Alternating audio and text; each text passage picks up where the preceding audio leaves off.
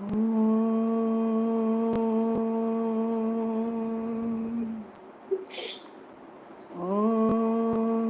Sahana Bhavatu Sahana Bhunaktu Saha Viryam Karavavahai Tejasvinavadhitamastu ma vidvishavahai. Om Shanti Shanti Shanti.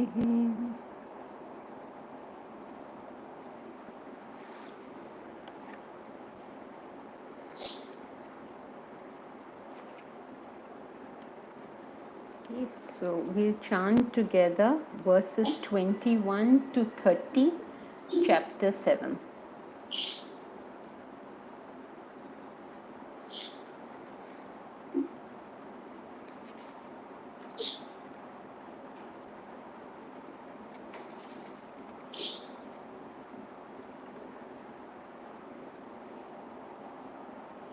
यो यो यां यां तनुं भक्तः श्रद्धया चितुमिच्छति तस्य तस्याचलां श्रद्धां तामेव विदधाम्यहम् तया श्रद्धया युक्तः तस्याराधनमीहते लभते च कामान् मयैव विहितान् हितान् अन्तवत्तु फलं तेषां तद्भवत्यल्पमेधसाम् देवान् देवयजो यान्ति मद्भक्ता यान्ति मामपि तं व्यक्तिमापन्नं मन्यन्ते मामबुद्धयः परं भावमजानन्तः ममाव्ययमनुत्तमम् नाहं प्रकाशः सर्वस्य योगमाया समावृतः मूढोऽयं नाभिजानाति लोको मामजमव्ययम् वेदाहं समतीतानि वर्तमानानि चार्जुन भविष्याणि च भूतानि मां तु वेद न कश्चन इच्छाद्वेषसमुत्थेन द्वन्द्वमोहेन भारत सर्वभूतानि सम्मोहं सर्गे यान्ति परन्तप येषां त्वन्तगतं पापं जनानां पुण्यकर्मणां ते द्वन्द्वमोहनिर्मुक्ताः भजन्ते मां दृढव्रताः जरामरणमोक्षाय मामाश्रित्य यतन्ति ये ते ब्रह्म तद्विदुःकृत्स्नम् अध्यात्मं कर्म चाखिलम् साधिभूताधिदैवं मां साधियज्ञं च ये विदुः प्रयाणकालेऽपि च मां ते विदुर्युक्तचेतसः.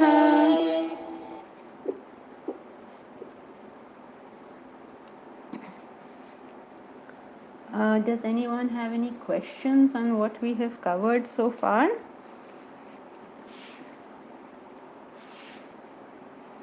We were speaking about how the unintelligent go for finite fruit. They seek it and they obtain it. But by its nature, finite fruit is ending. So this decision to pursue it may not have been an entirely wise one. So if anyone has a question on any of this, we'll take it up now, else we will continue. Okay.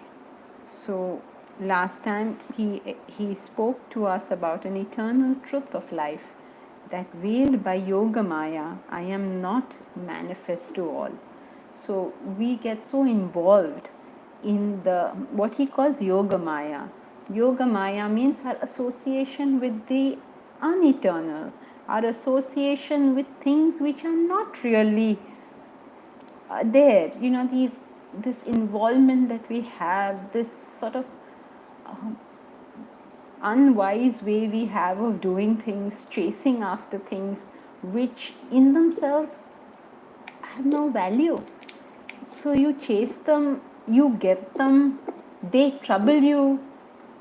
What is the point of all this?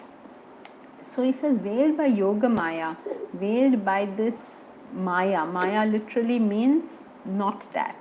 Ma-ya. Ma, not, ya, that. So literally, you're running after something with a wrong concept. There is no harm in getting anything you want in this world. No harm whatsoever. Whatever you want, go ahead and get. It's your life. You're free to do with it whatever you want, and you must live it fully. Okay, so we are good so far. So then, what is the Maya part of it? The Maya part of it is that we are chasing things with the belief, with the unfortunate belief that should we get those things, it would make us happy. This part is the Maya part. Why do you think that? Who do you know who has that, who's happy? We don't work so that we'll get something, so that we'll be happy. This is a very unfortunate way, let us say, of looking at life. Why should we look at life like that? Why is it that we have to get something and then we'll be happy? Why can't we be happy right now? What's wrong with now? It's a beautiful moment. We're sharing this moment together. We are studying the scriptures. We are learning the facts of life.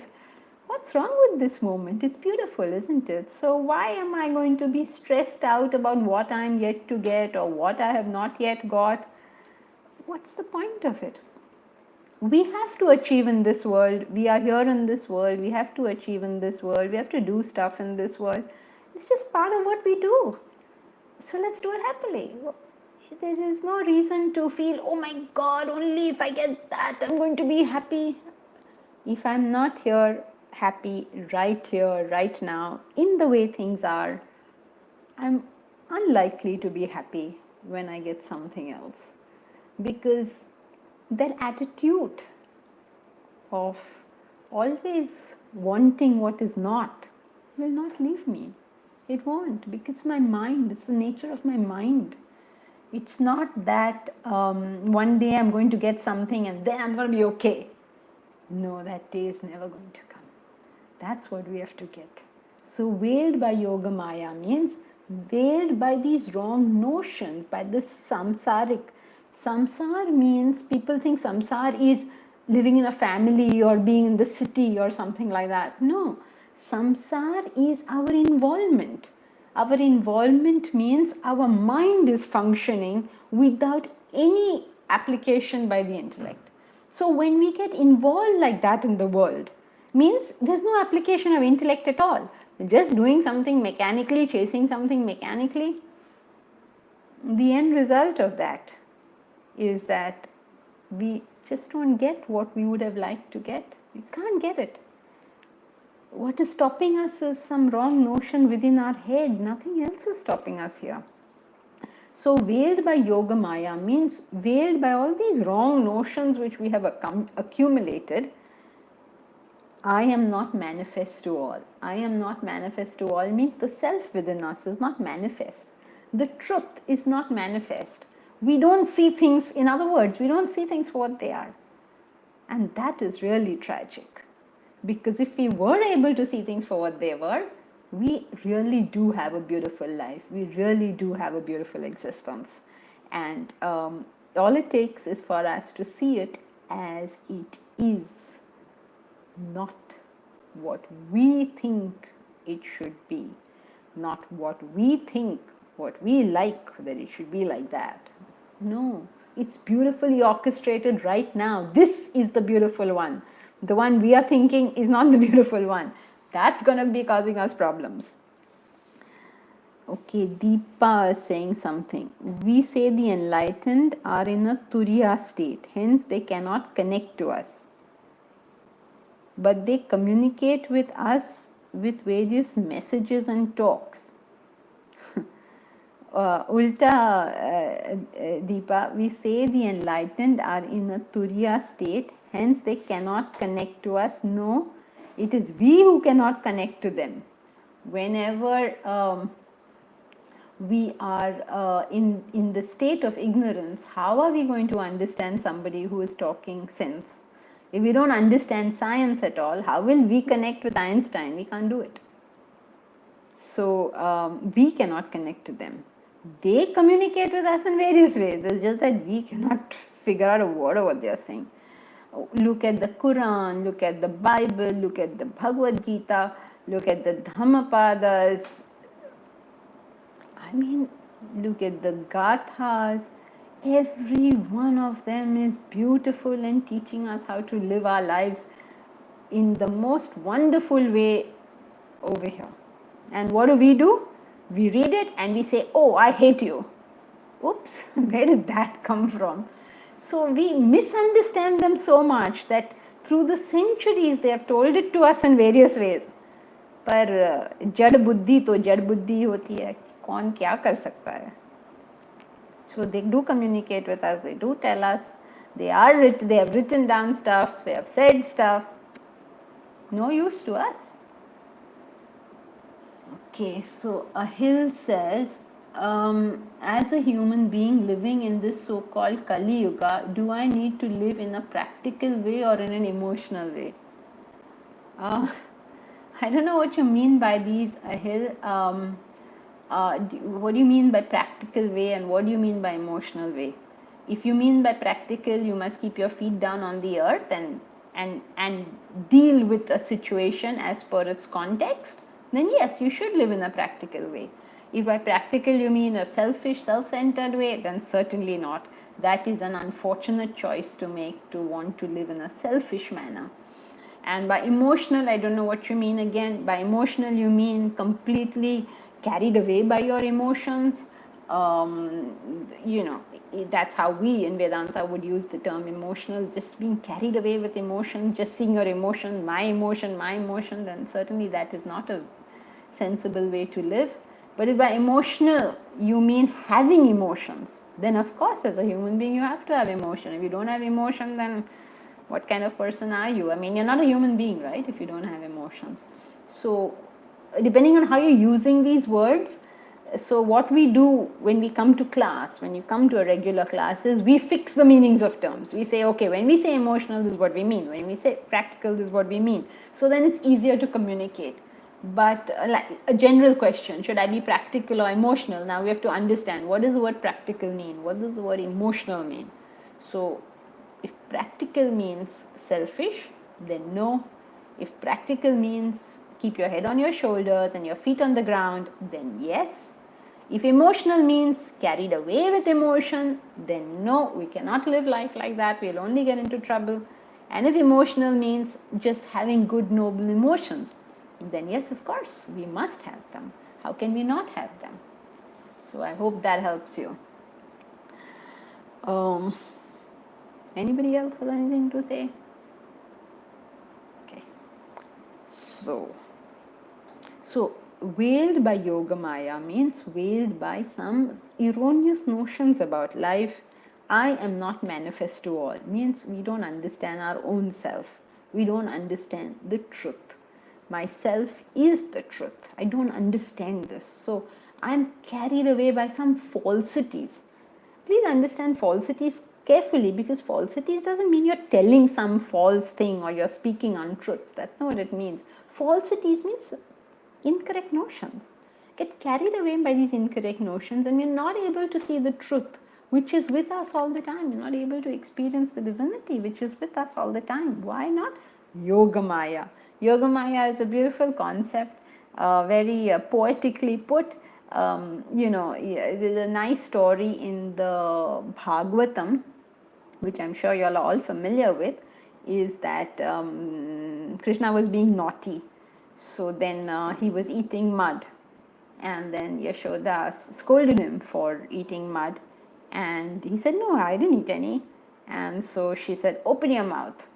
And the story goes, he opens his mouth, and she sees the entire Brahmand in him. That's the story. And then the story goes that Yogamaya comes, Devi Yogamaya comes, and clouds her vision again. It's a very, very beautiful story that expresses this idea. So,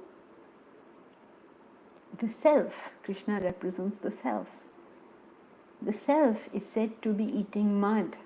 That means we, ourself, we are said to be enjoying the world. But actually, no, that's not really possible, right? The self doesn't enjoy the world, doesn't need to enjoy the world. So he says, no, I'm not enjoying the world. The self within us says, no, I'm not doing this. And so Yashoda, not believing him, says, okay, open your mouth. And then she sees the Brahmand in him. That means she sees in the self the entire universe. She sees it, she understands it. And then what happens?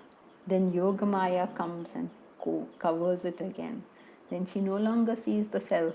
Then now again she is seeing her child. She's seeing a child, her child. She's not understanding that that self that holds the entire Brahmand. She doesn't get it. Just like us, we sometimes get some glimpse into the truth. Not that we see the self, but we get some glimpse into the truth. And then what happens? It is covered by our erroneous notions again. It goes away from our perception. That is why in class you feel you've understood. Oh, I understand it, I get it. And then a little while later, it's gone again. It's one lady wanted to organize some lectures. So I told her, you see what we are doing, you come and attend one of the classes. So she came and she attended one of our Zoom sessions. And then she was, oh, it's so good and this and all that stuff. And then she said, and you explained it so well, that shloka, and then she paused. She was going to tell me which shloka she thought I had explained well. She was struggling, she couldn't remember it. And then she wanted to tell me what it is that she thought I explained well. Again, she's struggling, she can't remember it. Very interesting how Yogamaya covers it. She wants to tell me that, okay, you said this thing well, but she couldn't do that. And that is not an unusual thing. It is, that's the sad part. You go away from a lecture saying, oh, it is so nice, but whether somebody speaks nicely, whether they speak nicely, whether they know the truth, how does it matter to us in our life? The deal is, I have to correct my concepts, right? You have to correct your concepts. And if we listen to all these speakers saying all these wonderful things, how is that going to help us? We need to take that idea and grapple it to our soul, because very, very difficult otherwise. The knowledge is so subtle, it just vanishes, just goes. It just evaporates, as it were. So that's what happened to Yashoda. For a brief second, she saw something, and it's gone. Yogamaya is supposed to have covered this whole thing. Okay, so here, it's all about Ahil Murli. It's all about living happily with activities which make our life in a good way. By emotional way means giving more importance to our emotions and thinking what other people be thinking. If I did that or if I did this, it's like putting away our own emotions and moving forward. It's not always putting your emotions forward, Ahil Murli. It is that you direct your emotions just as you direct any vehicle that you may have. You direct it, you decide where you want to go, you decide how you want to do it. Sangeeta Bhatia. In Bhagavatam, it says that Krishna wanted to enjoy the Vatsalya ras of Ma Yashoda. Therefore, he made her forget the experience by the help of Yogamaya. Please explain. It doesn't say that in the Bhagavatam. It doesn't say that Krishna wanted to enjoy Vatsalya ras of Ma Yashoda. These are all interpretations. Now, the interpretations given by wise people are all the same, and similarly, those given by ignorant people are also in various ways very similar. They are the same level of explanation. Now, we tend to say this is happening in bhakti and this is happening in jnana. That's not really correct. In whether a wise person is a wise person, either they know the truth or they don't know the truth. If he has found the truth through the method of bhakti, then such a person is called bhakta. If he has found that same truth by the method of jnana, then such a person is called a jnani. The jnani and the bhakta will say exactly the same thing. They don't say different things because they are both wise people. However, some of us who are on the path, who have not yet achieved that wisdom, take those words of the wise and do some, jugalbandi with it and come up with some interpretations of it, which is what you can see is in the world today, whether you read, whether it is people interpreting Quran or Bible or Gita or Dhammapada or whichever one. Each one comes up with some own little, I don't know what to call it. So, you can't call it a bhakta explanation or a jnani explanation. This is that level explanation. So now just think about this thing. Krishna wanted to enjoy Vatsalya ras. Now if Krishna wants to enjoy something, think about this. Is this even a possibility? Krishna is infinite, right? He is already enjoying infinite happiness. What further happiness can he get out of anything?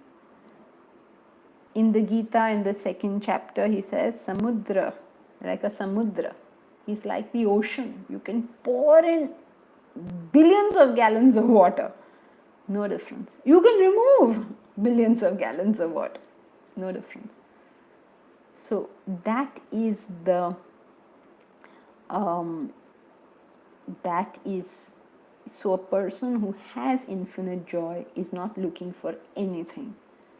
A person like us, we don't have the joy and therefore we are looking for things. So Krishna is not looking to enjoy Vatsalya ras. What it is, the whole incident is talking about you and I. No Krishna, no Yashoda, you and I. It's like we occasionally get glimpses and then we come back down because we want to enjoy the falsities. Krishna is not enjoying anything. It is we ourselves who wish to enjoy the falsities. And we fail in that attempt because they cannot be enjoyed and therefore it always causes us trouble. I hope that's helpful. Sham Punwani, is illusion Yogamaya? Yes, it is. Same thing, same concept. Sarah says, Hari Om. It means a child sees a snake out of rope is also Yogamaya. Yes, any illusion, yes. Illusion, okay. Any illusion. Yoga Maya is actually a false, Maya is not that. Yoga means the joining, so the joining with something which isn't that.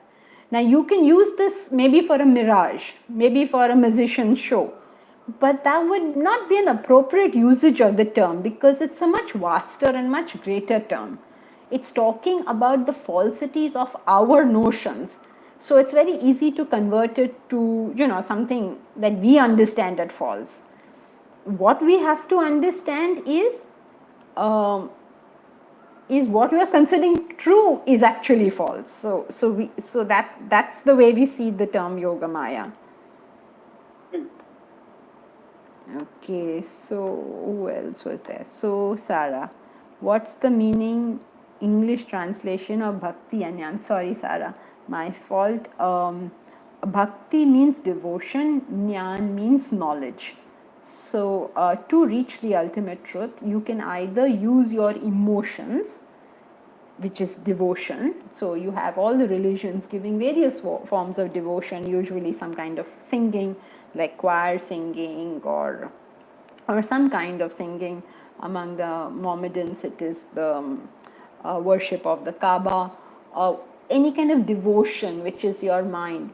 Amongst the Hindus, they have bhajans, or Indians have classical music. Westerners also have classical music. So we use your emotions to purify, to develop your personality. This is called bhakti or devotion. When you use knowledge, now at the moment in class, what do we use? We use knowledge, we use analysis, we use reason. So we are using the path of knowledge, logic, reason, discrimination, analysis, facts. All this is another way of finding exactly the same truth. This is the path of knowledge. Now, those who are predominantly emotional should take to the path of devotion, bhakti, and those who are predominantly intellectual take to the path of knowledge or jnana. There's also a third part, because some people or many people are neither fully emotional nor fully intellectual. They have some balance in their personality. Balance in the sense, their minds and intellects always function together. So since they are functioning together, if you give them only emotion, they're not satisfied. If you give them only knowledge, they're not satisfied. So what happens is these two are working together. So what satisfies them is action. So when the mind and intellect are so balanced, they function together, then you take action. And when you use action as a method to reach the self, to reach the truth, for self-purification, this is known as karma. So there are three paths of self-purification: karma yoga for those balanced in mind and head, bhakti yoga for those who are emotional, and jnana yoga, which is for people who are predominantly intellectual. Okay, so the English translation of bhakti is devotion and jnana is knowledge. These are the paths to self-purification. Currently, what we are doing is the jnana path, the path of knowledge. Okay? Thank you, sir.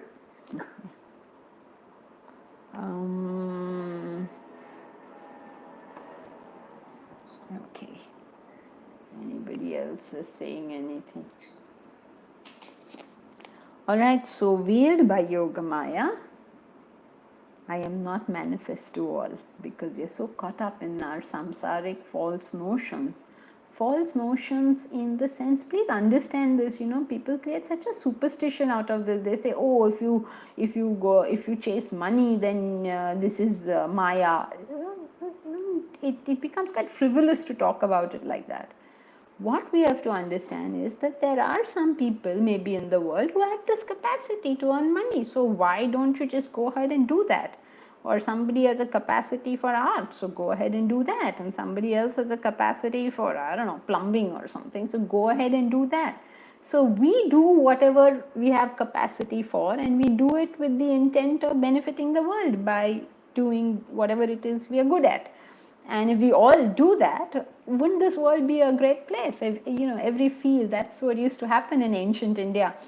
Everybody did whatever they did as an act of offering. And so each field was highly developed. Philosophy was, the whole world came to India to study philosophy. Everything was developed: sculpture, dance, language. The sophistication of the Sanskrit language is something amazing, that you can have a book like Ashtadhyayi. Ashtadhyayi is the Ashta is 8, Dhyaya is the chapter. So there are 8 chapters. Basically, it's a very tiny book, 8 chapters. And it has the entire grammar of Sanskrit. It's amazing. That book exists itself is amazing. Somebody who would write something like that is incredible. And it's all in sutras. It's like 2 words, 3 words, one line, like 2 words, 3 words, sometimes 1 or 2 letters. Sometimes you read it, it's like gibberish until you know how this thing is decoded. Something fantastic. So there was so much development. Music was developed, so much developed. Science was developed, everything was developed so much because each one was just doing what they're capable of doing as an act of service. So we had like a super thing. But now we think, okay, I'm good at medicine, so how much money am I going to make out of it? That kills my own ability to do things. So we must understand Yoga Maya as the wrong attitudes we have rather than a wrong field of activity. So it's not that business is bad or something is good. There's no such thing. Teaching is good, business is bad. There's no such thing. A businessman may work with an attitude of service and a teacher may work with an attitude of personal gain. So there is no higher or lower like that. It's what is our attitude, and that wrong attitude is Yoga Maya. So this deluded world knows me not, the unborn and the imperishable. So when we think in terms of the truth, we don't understand it as it being eternal and imperishable, but we think of it as, we have some strange notions of what God is, strange notions. Notions such as God created the world. Why on earth will God create the world? He has no Kamnanda or what that he has to create a world. For what will he create a world? Please understand that creation is an action. All actions come from quick. Desire. Very good. Desire. Correct. Desire. All actions come from desire. All desires come from vasanas. Very good. So if creation is an action, action comes from desire, desires come from vasanas. Are you suggesting that God has vasanas? What is vasanas? It is ignorance of the self. How can God have ignorance of the self? It makes no sense. And yet we will hold this notion. To be ignorant of the self means you're incomplete in some way. Are you suggesting God is incomplete in some way? So we have these funny notions in life. And then we have this other funny notion that God is giving me something or God is not giving me something. And then if I pray to him, then he will give it to me. Is God partial? What is he playing dice or something? That some people he'll give things to, some people he doesn't give things to. What is all this supposed to even mean? So we have to understand it carefully. Everything that we have in our life or don't have in our life is a consequence of we ourselves having done something or not done something. Even if you claim that God has given it to you, then please think carefully. Either your God is eccentric, he just gives anything to anybody. Either he's like that, or he's a just God.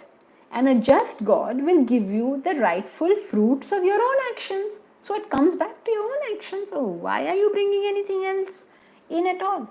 So we have some very strange concepts, unconsidered, undigested concepts of what the truth is. And so poor Krishna is saying, this deluded world knows me not. Nobody knows it. Nobody knows what the full truth is. Other than a realized soul, and he is not considered of this world. So this entire world does not know the self, does not understand what that final truth is. So there is no use you and I fighting on whether it is true or not, because the fact is neither you nor I know anything. So we have to humbly say, okay, this is my area of ignorance. I understand X, Y, and Z, so I will function on X, Y, and Z. That's how we look at it. Okay, so what is Deepak saying. Deepak Punwani says, is converse also true? Would it be fair to say that if a nation is a leader, say United States in technology or education, it is backed by an attitude of service?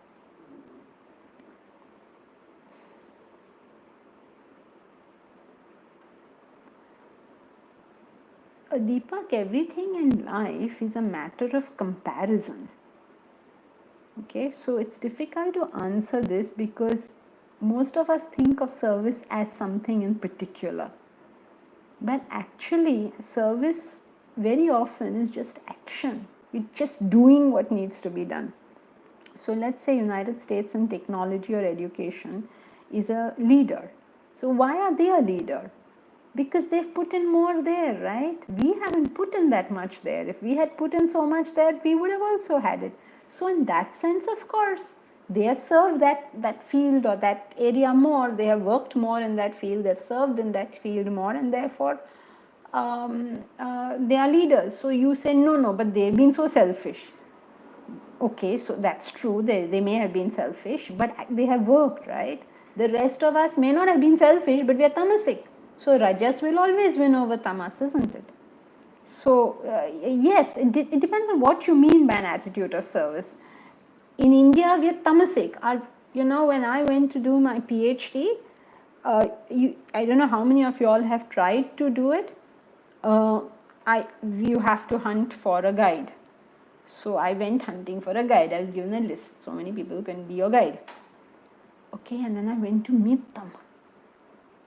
I mean, I was frankly appalled. I said, I'd rather not do a PhD than do some horrible government office with some piles of that dirty paper, that pankha going gar, that terrible, that whole tamasic view. I said, I can't do Vedanta under such people. I'm not going to do it. So I had to hunt quite a lot to find somebody who was, not like, this was tamas in its, what should I say? And I'm used to obviously Swamiji, so this is too much. I can't handle this.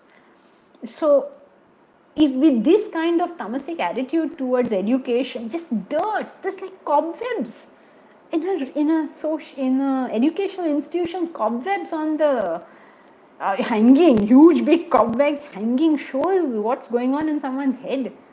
So is that service? That is just so bad that what the US guys are doing is so superior that naturally that is service compared to this. Is that okay? Am I clear, Deepak? Yes, Jackie, it's clear. Okay. Thank you. Okay, so Uttara, Desai, I assume it's you, Uttara. It's not desire of God, but he may want to set an example, therefore takes a birth. He may want to teach us ways of life, therefore plays along with Maya. Uttara, just think about this. It's not desire. He wants to set an example. Want is desire. Right? What is want? Want is just a desire. He wants to set us an example. Why on earth does he want to set us an example? For the self, the world doesn't exist. So what example is he setting for whom? It's like you wanting to go back to your dream last night to set an example for the people there. Makes no sense, right? So if you take the full philosophy, the third world is the third state of consciousness itself is an illusion. Why will somebody from fourth state want to come here and give us examples? Suppose in your dream last night you were giving free houses to everybody, okay, and then you woke up. Now will you want to go back to your dream to give those free houses to everybody? No, isn't it? Because you realize that's nothing there. It's all Maya. It's all gone. And there's nobody there who needs a house. So who will God set an example for? Rajneesh understood the concept of vasana, desires action for any action. In that case, would it be fair to say as to who created the universe? Well, in Vedanta, we do not go into the question of who created the universe for the simple reason that we claim means Vedanta claims, there is no universe. But now that's a different story altogether, so we shouldn't go there. The whole world is considered to be Maya, not that. You don't know what is there, so what are you questioning? Who created it? First find out what is there. So this question is not answered in Vedanta, because Vedanta says there is no world, so where's the question of any creator? Okay, Rajneesh? Sure. Thank you. Okay, so I'm sorry if this is all going above anyone who's listening to this for the first time. I am sorry if this is sort of going over your head, but the concept of Maya in Vedanta is a complicated one, and we have to be doing it at the appropriate time. Okay, Sangeeta Bhatia. Why were the Vedas and Puranas and Gita written then? This is obviously following from somewhere. So where, Sangeeta, is this following from? Why were the Vedas, Puranas and Gita written? Then you're saying. So then means from where? Where did you... I mean, I must have been saying something at that point. Sangeeta?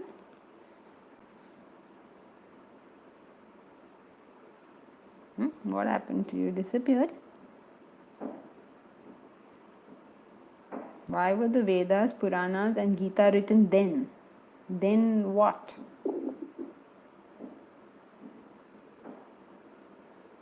Like you said, everything is an illusion. Okay, fine.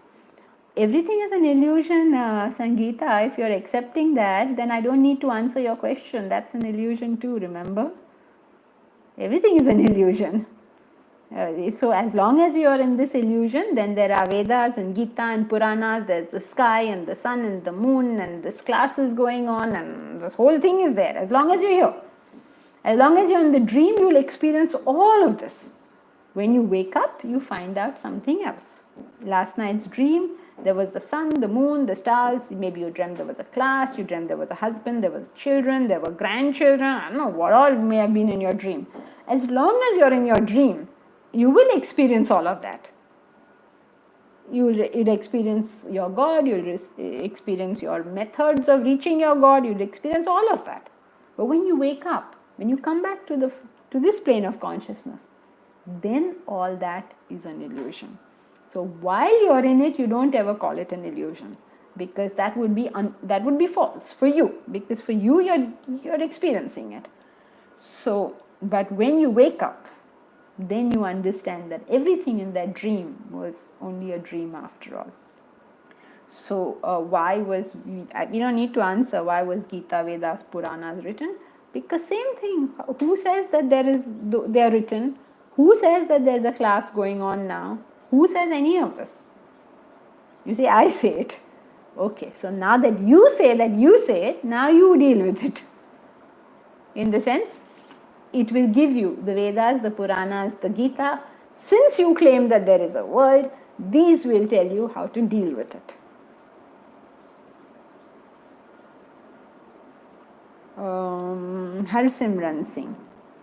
How can one find out which path they are more suited for, bhakti, jnana or karma? By self-analysis. Are you more devotional? Are you more knowledge-oriented? Or are you more action-oriented? All of us have all three. So everybody has to do all three. The question is only the proportion. Do you want to do more bhakti, or do you want to do more dhyan, or do you want to do more karma? That's entirely your own preference. Your self-analysis will tell you your preference. Whichever one you want to do, go ahead and do it. Okay, Harsimran? Yes, ma'am. Thank you very much. Okay, so Veil by Yoga. I have a question. Hanji, bolo. Yeah. Go ahead, Tarun. And we are in the third state of consciousness, which is the waking state. From here, we see everything real: the trees, the mountains, the buildings, everything. From this state, it is impossible to conceive that this is not real. But when a person realizes and reaches the fourth state of consciousness, then that person only can understand that the third state is not real. which means the futility of the third state. So does that mean that he sees that whatever real means that because the trees, the mountains, and the other things, they are a part of Prakriti maybe. So they may be for him futility or maybe those things are temporary rather than in comparison to the self. He may be seeing the futility, not the non-existence of it. Is that right or wrong? My question. This is your interpretation, Taruna. You please keep whatever interpretation you have. What the scriptures say, of course, is that fourth state compared to third state is like third state compared to second state. Okay, for those who are unfamiliar with this, let me just explain the four states. The first state of consciousness is the state of deep sleep. Deep sleep is when you have dreamless sleep. The second state of consciousness is when you are dreaming. Dreaming means your mind and intellect function, but this physical body is not functioning, so you are in the dream state.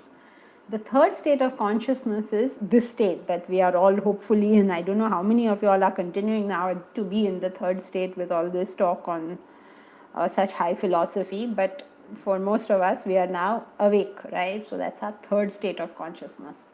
And then the fourth state of consciousness is Turiya, the state of enlightenment.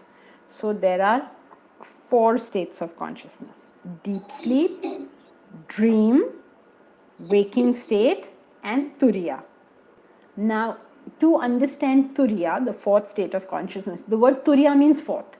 So to understand the fourth state of consciousness, they give us a comparison. Fourth state to third state, that means enlightenment to our waking state now, can be compared to third state to second state, which means to a waking state to dream state. So what is happening in our dream?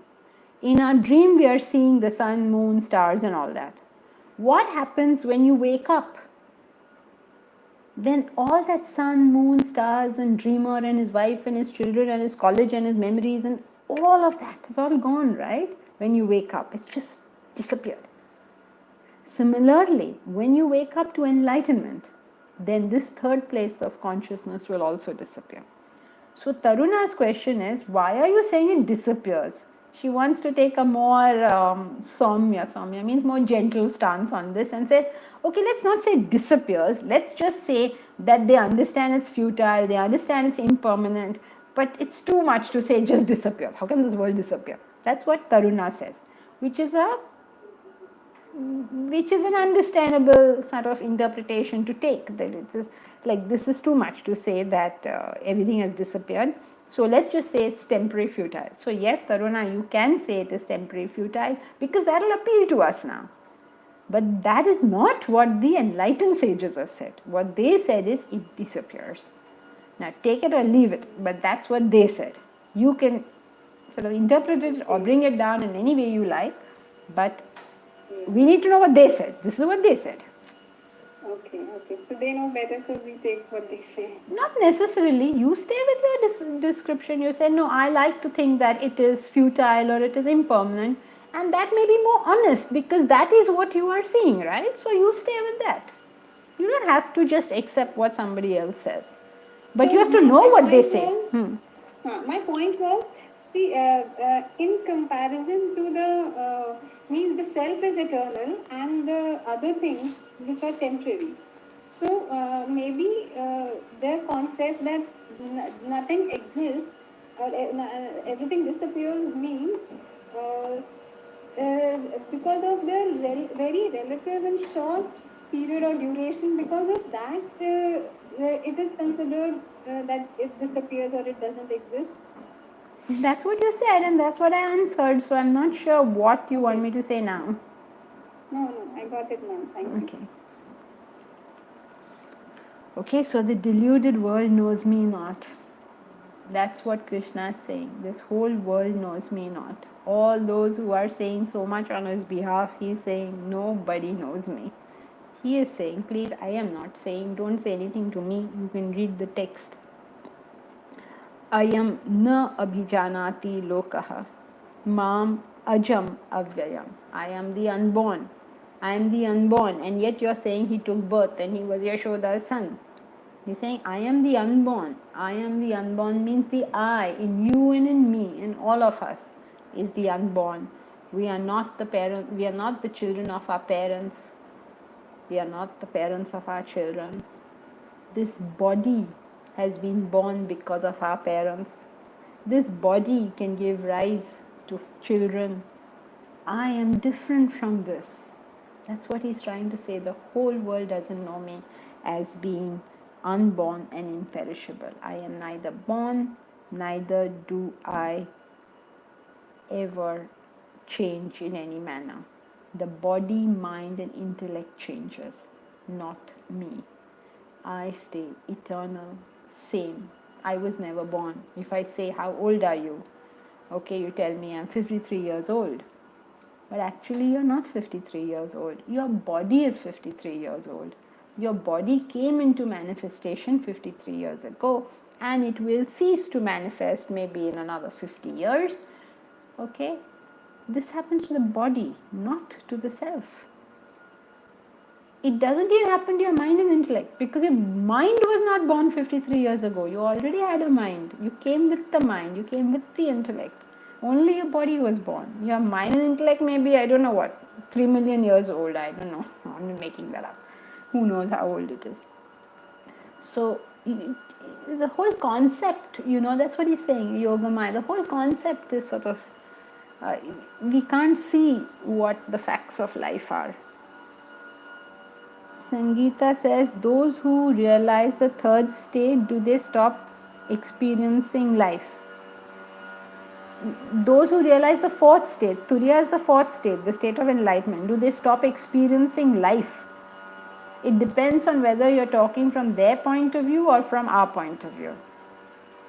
From my point of view, I see a realized soul. But from a realized person's point of view, he's woken up, right? So what life and what are you talking about? So, but I can dream. If I'm gone to sleep tonight, I can dream I met the Buddha, right? So in my dream, I can have a Buddha. But from Buddha's point of view, what dream are you talking about? Okay, so shall we attempt to go to verse 26? Okay, is there anything over here? Uttara, like a father who leads children. Father means, why does he have children? Because of his desire. So there's no such thing. Can you speak on Big Alchemy says, can you speak on the spiritual connection between humans and animals? I don't know what you mean by this spiritual connection between human and animals. The same self which is in us is all pervading. So it's in animals, it's in objects, it's everything. The same self is all pervading. There's no connection in that. There's no such thing as a spiritual connection, because if you're at the spiritual level, there is ekam, there is one. Connection implies two. So there is no question of a connection as far as spiritual goes. You can have an emotional connect, you can have an intellectual connect, but you cannot have a spiritual connection, because spiritual implies that it is one. There is only one self which is common to all existence. Okay, so should we go to the next verse? There are only 3 minutes left, so I guess there's no point chanting the verse, right? So we will do it next time. If you have any general question, you ask, because we have 3 minutes and there's no point taking up a verse in 3 minutes. You have a general question? No, I ask you for a question. I have a question in connection to Sangeeta. Okay. Sangeeta just asked. Shall I ask? Go ahead. Ma'am, is there a concept of Jivan Mukta and Videha Mukta in Vedanta? Of course. So when a person is realized, suppose he is realized and still he is alive, so the Sangeeta's question, how does he relate to the world? So, means how does he live in the world? My question is, how a person who is alive but he is still alive. So, how does he see things? in 2 words because of his prarabdha vasanas. Now you start a question like prarabdha vasanas 2 minutes away from time. I don't know how to explain this. Prarabdha vasanas means those vasanas which are exhausted only through experience. Okay, so as long as this body exists, body means those are your prarabdha vasanas. Prarabdha vasanas are those vasanas in us which cannot be removed through knowledge. Like you're a lady, you cannot remove this through knowledge. Or you were born Indian, you cannot remove this through knowledge. So some vasanas in us are fructified in such a way that they will be us for our whole life. So after realization, those vasanas are still there, right? Those which are fructified, totally fructified vasanas. So the self-realized soul will live on that.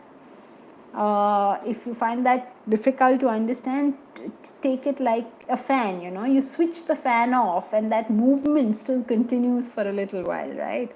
So it's something like that. So whatever has fructified, even though there is no further fuel being provided, it's still continuing. Okay, so he will not create further karmas, and when those desires will be exhausted, prarabdha karmas, so then the journey finishes. Then the journey for the body finishes. He's already finished his journey. He's already a realized soul. But the body will die. Okay, and no sanchit karmas, that also is uprooted by his knowledge. Yeah, sanchita karma goes through knowledge. That's what we are doing. That all our desires will go through knowledge. But there'll be some which are us, like it's fructified. So that will be there. They will have to be exhausted. They will have to be exhausted. Yeah. Right. Thank you, ma'am. Manisha Handa, what is Raj Yoga? Raj Yoga is just a combination of the yogas that we discussed. We discussed Karma Yoga, Bhakti Yoga, Jnana Yoga. There's another yoga called Hatha Yoga. Hatha Yoga is when you use your body to reach the self because your mind and intellect are not functioning at all. So when you do a combination of these 4 yogas, okay, Bhakti Yoga, Karma Yoga, Bhakti Yoga, Jnana Yoga and Dhyana Yoga, of course, a particular combination is known as Raj Yoga. Aditi says, how can the self be a non-living object? Aditi, self is all-pervading. All-pervading means it's everywhere. So it doesn't matter where. We believe that there are some religious places. There's no religious place. God is all-pervading. If you don't take God to be all-pervading, then you limit him. You say, okay, this place he's there and this place he's not there, then you've limited him. But he's the infinite, he's the all-pervading, so he has to be everywhere. He's as much in Kedarnath and Tirupati as he is in the city dump. I mean, don't please quote me. What it means is that the self is all-pervading.